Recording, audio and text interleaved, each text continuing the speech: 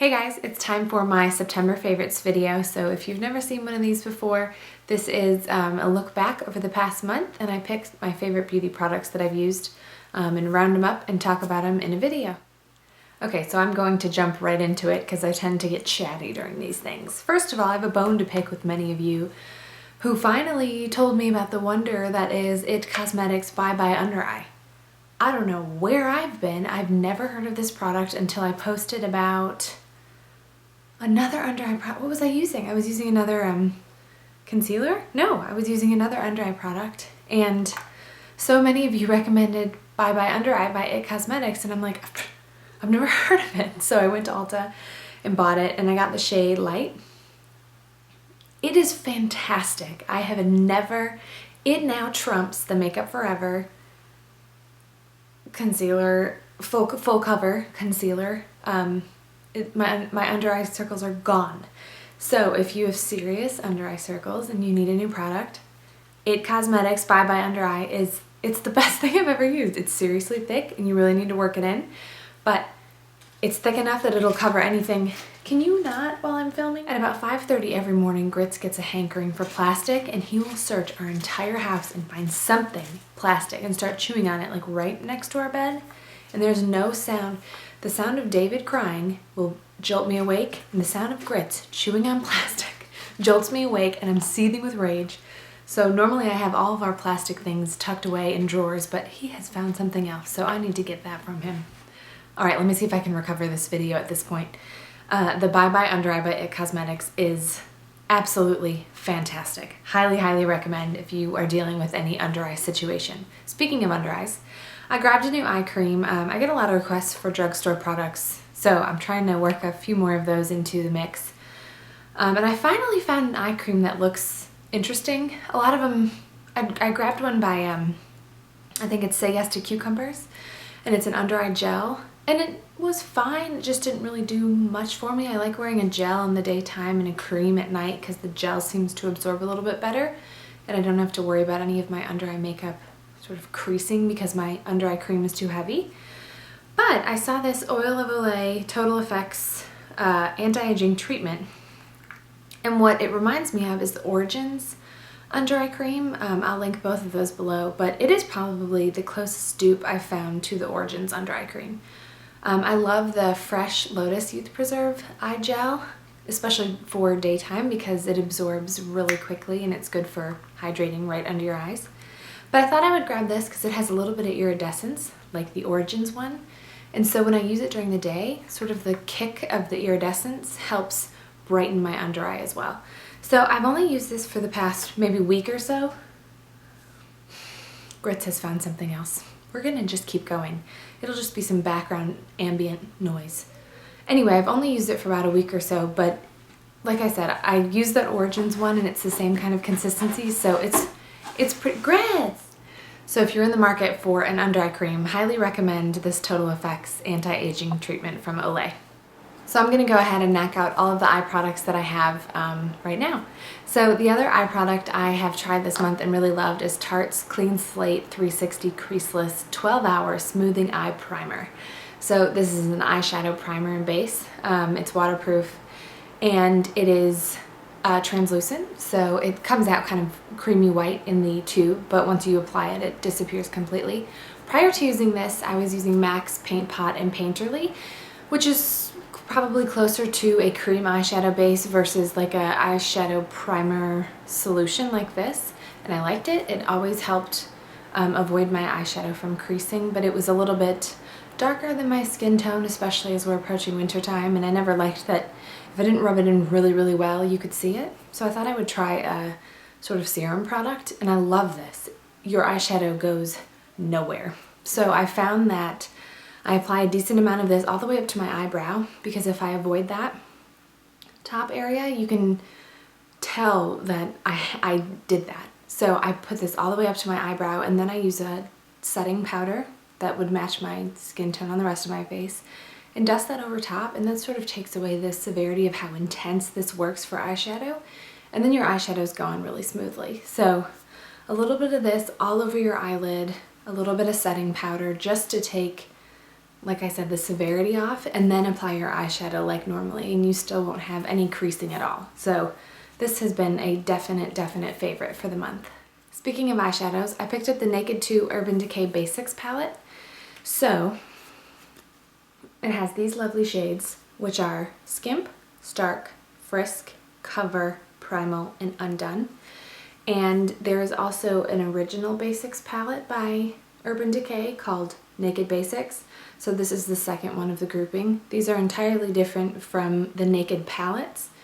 Those have, I think, double the amount of eyeshadows in them, and there's 1, 2, and 3 of the Naked palettes.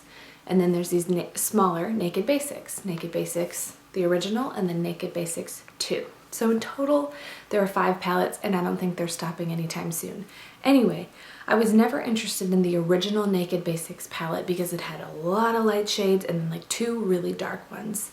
When I saw this one come out, I thought it had a really nice range of light, medium, and then 1 dark. And the way I'm wearing my eyeshadow these days, I'm keeping it more on the lighter end of the spectrum, so I didn't need a couple different dark shades. I really just needed one, and you could maybe even consider this one a dark one, but I've used that in my crease and had to really layer it on to get some depth.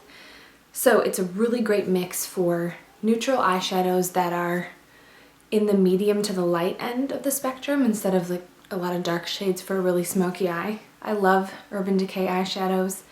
They go on beautifully. I just never have any problems with them creasing. I do notice a little bit more fallout when I apply these versus applying like a MAC eyeshadow. MAC to me is like top of the line. It doesn't get better than that, but I would put Urban Decay right up there with it, maybe slightly below MAC, because I do run into a little bit of fallout, especially in the darker shades. So that's why I always do my eye makeup first before I do my foundation, so I can rub any dark shadow away that may fall onto the tops of my cheeks. Anyway, for the price, the options you get in this palette and the options you have for how your eye makeup will look is really good. If you were apprehensive about buying a Naked palette, I said don't buy any of the big ones because they're about 50 bucks a pop. Get the Naked Basics palette in number 2. I think that's just going to be a more universally flattering shade for a lot more people. And play around with those. And then if you need more darker colors, you can pick those up separately. I've seen a lot of people talk about Essie's new shade of nail polish called Take It Outside. And so I went to the beauty store that I always go to get my products, and they were sold out. And I was like, dang it, now that you're sold out, I need to get my hands on some. So I finally found some at Target, and I will say it's a little bit more putty-like in both texture and consistency as well as look than most Essie nail polishes. So I didn't love that fact. Like, it really shows every stroke that you apply, and it's not as nice to wear, if that makes sense. It really looks like you've just got a bunch of polish over top of your nail instead of looking like it sort of blended in with your nail. But it is really close to the shade Chin Chili by Essie, but it's a little bit more taupey. It's pretty. I think if I were gonna wear a shade like this, I would just get Essie's Chin Chili. On my nails right now is OPI's Topless Beach, I think. There's Topless and Barefoot, and I think I'm wearing Topless Beach. Anyway, I will clarify in the text below this video, but Essie's Take It Outside is good. Get it if you're looking for a light gray. If you already have Chin Chili, I wouldn't replace it. It's so dang similar, and Chin Chili applies nicer than this one does. So as I'm explaining this, I'm wondering why it's in my favorites video. I guess this is just more of a PSA. I like it. I like the color, but maybe it wouldn't be a favorite for the month, but I just felt like I had to explain that. I have a lot more products than I realized now that I'm filming this.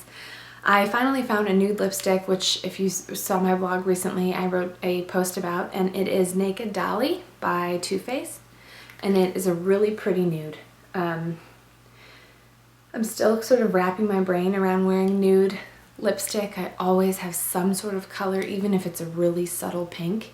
So what I've found is layering Albiet's Peony, which is a lipstick shade from, I was going to say Philosophy, from Anthropology. And then doing like a really fine swipe of Peony, which is a pretty daggone close shade to my original lip color, but a little bit more pigmented. And then layering more of Naked Dolly over top gives my lips color from the underneath, but in general it still looks like a nude lip. So that's what I've done right here. So it looks like I'm wearing a little bit of color just because I like to wear color on my lips. But this over top gives you sort of the nude lip effect. It also looks good by itself, I think, if you really want a nude lipstick look. But, you know, I like a little bit of color underneath. So if you're also looking for a nude lipstick, Too Faced has Naked Dolly, and then there's another naked shade. I can't remember, but I was deciding between both of them, and I went with Naked Dolly because it's a little bit softer and has maybe the slightest bit of pink compared to the other one. But this has been a favorite for the nude lip look this month. Lastly, let's get into this foundation that I had to order online from Europe. I found it on Amazon, and I'll include a link to exactly where I bought it from in the text below this video. But it is the Bourjois Healthy Mix foundation. The rest of this is in French, so I don't understand oh, there's English. Okay. Okay, it's the Bourjois Paris Foundation Radiance Reveal Healthy Mix, Healthy Glow and Flawless Complexion for hydrated and luminous skin. So, this foundation is highly, highly recommended from Estee, who is a beauty vlogger and blogger under the name Essie Button. You can find her on YouTube, you can Google Essie Button and you'll find her site. She's all over Pinterest, Instagram, Twitter, all these things. Anyway, I really enjoy watching her videos. She's just easy to listen to and watch, and I trust her recommendations. She always talks about this foundation as one of her favorite drugstore foundations, and so I've been searching for it, and you can't find it anywhere in the States unless I'm an idiot, and I just couldn't find it. So I found it on Amazon and had to order it, and it took like 24 days to get here because it came from, I believe, France. And I was so excited when it arrived, and I just felt like a nerd because who on earth would buy drugstore foundation from Europe? I think it was about 25 bucks, which is a lot more than I would normally pay for drugstore foundation, but the shipping was astronomical, but I had to try it. And frankly, it was cheaper than a lot of the high-end foundations that I try, so I'm like, you know what? I need to give it a shot. It's fantastic. Of course, I have the lightest shade. I think I have light vanilla. I actually don't know if this is the lightest shade. There might be one right above it. Anyway, I'm wearing light vanilla, and I'm wearing it right now. The coverage is great. I still feel like my skin can breathe, but it gives me enough coverage and makes my skin look luminous.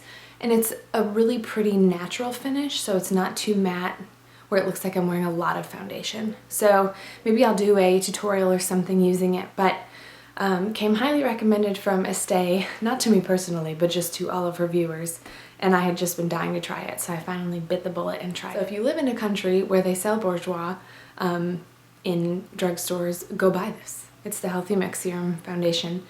Actually, I don't know if it's serum. Healthy Mix is what it's called.